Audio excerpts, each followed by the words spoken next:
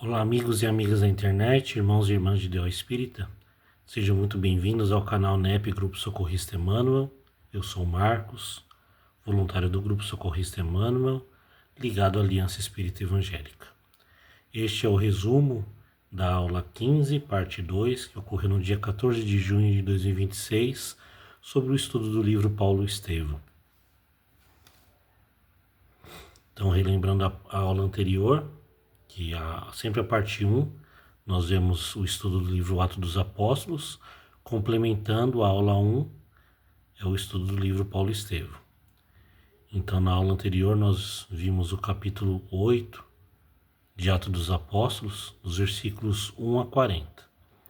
Então, inicia-se após a morte de Estevão uma intensa perseguição contra os cristãos em Jerusalém, o que leva muitos discípulos a se dispersarem pelas regiões da Judéia e Samaria. Em vez de impedir a propagação do Evangelho, essa perseguição contribui para a sua expansão. Nesse contexto, Filipe vai a Samaria e anuncia a mensagem de Jesus. Sua pregação é acompanhada de curas e outros sinais, levando muitas pessoas a abraçarem a nova fé. Entre elas está Simão o Mago, um homem conhecido por impressionar o povo com práticas consideradas mágicas. Mais tarde, ao ver a atuação espiritual dos apóstolos, Simão tenta comprar esse poder, sendo severamente advertido por Pedro, que ensina que os dons de Deus não podem ser adquiridos por dinheiro. Ao saberem da conversão dos samaritanos, os apóstolos Pedro e João visitam a região, fortalecendo os novos discípulos e ampliando o trabalho evangelizador. Filipe recebe orientação espiritual para seguir por uma estrada entre Jerusalém e Gaza. Ali encontra um alto funcionário da corte de Candace, rainha da Etiópia, que lia uma passagem do profeta Isaías sem compreendê-la. Filipe explica que a profecia se referia a Jesus e o viajante, profundamente tocado, pede para ser batizado. Após esse encontro, o eunuco segue sua viagem cheio de alegria, enquanto Filipe continua sua missão evangelizadora em Azoto e outras cidades. Então, o capítulo 9 de Paulo Estevão, na primeira parte do livro, vai falar de Abigail cristã. Após o martírio de Estevão, Saulo de Tarso intensifica a perseguição aos seguidores de Jesus. Dominado pelo orgulho, pela revolta e pelo ressentimento, ele se torna um dos principais instrumentos da repressão contra os cristãos em Jerusalém. Ao mesmo tempo, afasta-se de Abigail, sua noiva, ignorando seus sentimentos e sofrimentos. Meses depois, movido pela saudade, Saulo decide visitá-la na estrada de Jope. Ao chegar, descobre que Abigail está gravemente enferma. Durante sua ausência, ela encontrou consolo nos ensinamentos de Jesus através de Ananias e passou a estudar o Evangelho. No reencontro, Saulo encontra uma Abigail fisicamente enfraquecida, mas espiritualmente fortalecida. Enquanto ele ainda alimenta sonhos de felicidade terrena, ela demonstra a compreensão mais profunda da vida, da dor e dos desígnios divinos. Abigail fala sobre Jesus com amor e serenidade, revelando que o Evangelho transformou seu sofrimento em resignação e esperança. Pouco depois, seu estado se agrava. Em seus últimos momentos, ela relata ter recebido a visita espiritual de Gesiel, seu irmão, Estevão, que lhe anuncia sua desencarnação próxima e o futuro grandioso reservado a Saulo nos planos de Jesus. Com palavras de amor e desprendimento, Abigail se despede do noivo, afirmando que continuará a auxiliá-lo no plano espiritual. Sua morte deixa Saulo profundamente abalado. Pela primeira vez, ele começa a questionar suas certezas e a refletir sobre a serenidade dos cristãos que ele tanto perseguia. Então, a ligação do texto com o capítulo 8 de Atos dos Apóstolos. O capítulo 8 de Atos inicia-se exatamente com a morte de Estevão. Naquele dia levantou-se grande perseguição contra a igreja que estava em Jerusalém. Logo no versículo 1.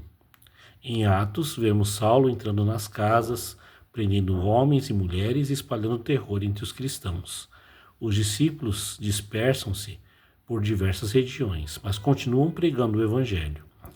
Então, o romance de Emmanuel amplia esse relato bíblico, mostrando o aspecto íntimo e psicológico de Saulo durante esse período. Enquanto em Atos descreve os fatos externos da perseguição, em Paulo Estevão revela os conflitos internos do perseguidor, sua dor pela perda de Abigail, seu ressentimento contra Jesus, seu vazio espiritual, sua incapacidade de encontrar paz apesar do poder e prestígio. Enquanto os cristãos perseguidos demonstram serenidade e fé, Saulo vive atormentado por dúvidas, remorsos e inquietações. Assim, o romance complementa o texto bíblico, mostrando que a verdadeira batalha ocorria dentro do próprio coração de Saulo. Então, contextualização na visão espírita. Primeiro, a imortalidade da alma. Abigail encara a morte com serenidade porque compreende que a vida continua após o túmulo. Sua frase, a morte não é o fim de tudo, reflete diretamente o ensinamento espírita de que o espírito é imortal e prossegue sua jornada evolutiva após a desencarnação. A comunicabilidade dos espíritos. Antes de desencarnar, Abigail relata a visita de Gesiel, Estevão, que lhe transmite orientações e consolo. Então, trata-se de uma manifestação espiritual natural, demonstrando que os laços de amor permanecem além da morte física. A dor como um instrumento de crescimento. Saulo possuía cultura, inteligência e prestígio, mas não possuía paz. Abigail, embora enferma e próxima da morte, possuía serenidade e confiança em Deus. Então, a doutrina espírita ensina que muitas vezes o sofrimento funciona como oportunidade de despertar espiritual. A dor começa a quebrar o orgulho de Saulo, preparando-o para sua futura conversão. O amor verdadeiro transcende a matéria. Abigail compreende que a união deles não aconteceria no plano físico, mas não vê isso como perda definitiva. Ela entende que o amor continua após a morte. Os espíritos podem permanecer unidos. Os reencontros acontecem segundo as leis divinas. Os verdadeiros laços são espirituais, não apenas corporais. Jesus como guia e modelo. O Evangelho transforma completamente Abigail. Ela não se revolta contra a doença, nem contra a morte. Ao contrário, encontra forças para perdoar, amar e confiar. Ela exemplifica o ensinamento de Jesus. Bem-aventurados os aflitos. A dor deixa de ser castigo e passa a ser oportunidade de elevação moral. Ao relacionarmos esse capítulo com Atos, percebemos que a perseguição aos cristãos não era apenas um acontecimento histórico, era também o processo pelo qual Deus preparava a transformação de Saulo em Paulo. A desencarnação de Abigail, a lembrança do perdão de Estevão e a serenidade dos discípulos constituem sementes espirituais que começam a germinar em seu coração. Nada acontece por acaso. Os sofrimentos, as separações e até as perdas mais dolorosas podem tornar-se instrumentos da providência divina para conduzir o espírito a uma compreensão mais profunda do amor, da fé e da vida eterna. Abigail surge nesse capítulo como um exemplo de resignação cristã, fé na imortalidade e amor desprendido, preparando silenciosamente o caminho para aquele que se tornaria um dos maiores divulgadores do Evangelho de Jesus. Então, como podemos nos ver em Saulo? Então, algumas perguntas. Quando acreditamos que somente nossa opinião está correta? Quando julgamos as atitudes dos outros com severidade? Quando alimentamos mágoas e ressentimentos? E quando resistimos às mudanças que Deus nos convida a realizar? Como podemos nos inspirar em Abigail? Aceitando as provas da vida com confiança, exercitando o perdão sincero, buscando o Evangelho como fonte de consolo e orientação, mantendo a fé mesmo diante das dificuldades e cultivando o amor sem exigir nada em troca. Então, perguntas para a nossa reflexão sobre a reforma íntima. Sobre humildade e orgulho. Tenho aceitado que posso estar errado em minhas opiniões e julgamentos? Como reajo quando alguém pensa diferente de mim? Estou preocupado em ter razão ou em agir com amor? Tenho cultivado a humildade diante dos ensinamentos de Jesus sobre tolerância e compreensão. Tenho julgado as pessoas sem conhecer suas lutas e dificuldades? Consigo respeitar o tempo de aprendizado e crescimento dos outros? Sou paciente com as imperfeições alheias, como gostaria que fossem com as minhas? Sobre perdão. Guardo mágoas ou ressentimentos de alguém? Tenho dificuldade em perdoar ofensas recebidas? Estou disposto a dar o primeiro passo para a reconciliação? Consigo compreender que o perdão beneficia primeiramente a mim mesmo? Sobre fé e confiança em Deus. Confio verdadeiramente nos desígnios de Deus, mesmo quando não os compreendo? Diante das dificuldades, me aproximo de Deus ou me revolto? Tenho buscado no Evangelho forças para enfrentar minhas provas? Minha fé permanece firme nos momentos de sofrimento? Sobre as provas da vida.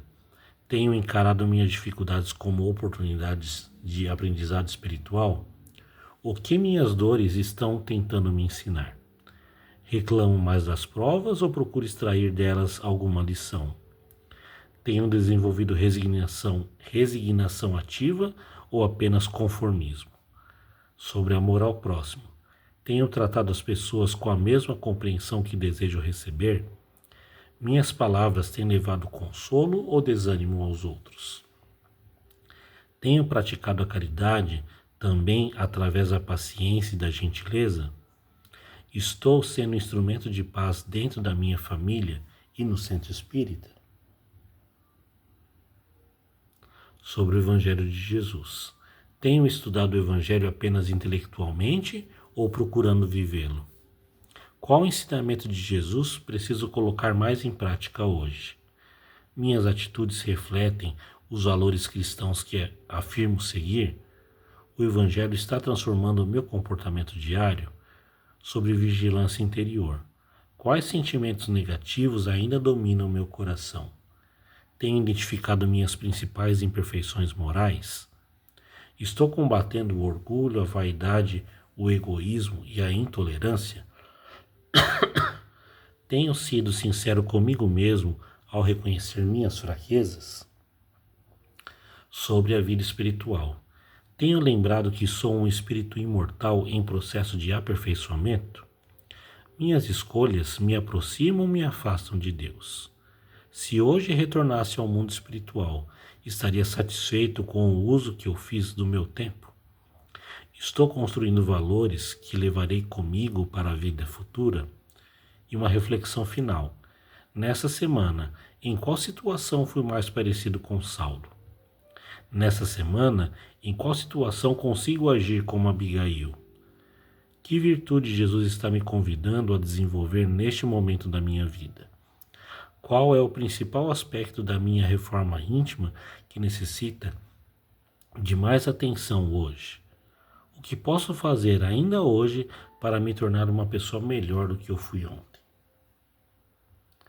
Então, para a nossa próxima aula, que ocorrerá no dia 28 de junho de 2026, será a aula 16, parte 1. Na Bíblia, iremos ver o capítulo 9, dos versículos 1 a 25. No Novo Testamento de Haroldo Dutra Dias, esses trechos vão falar sobre a conversão de Saulo e Saulo em Damasco. E no livro O Evangelho por Emmanuel, comentário aos Atos dos Apóstolos, iremos refletir 3 textos. Aguilhões, que também está no livro Caminho, Verdade e Vida, Entra e Coopera, também no livro Caminho, Verdade e Vida, e Cristo em Nós, no livro Fonte Viva. Então esse foi o resumo da aula 15, parte 2. Então vamos agradecendo a Deus nosso Pai, a Jesus nosso Mestre por mais essa oportunidade, e que, se for da vontade do Pai, possamos estar reunidos para a nossa próxima aula referente aos estudos de Atos dos Apóstolos. Que assim seja, graças a Deus e graças a Jesus.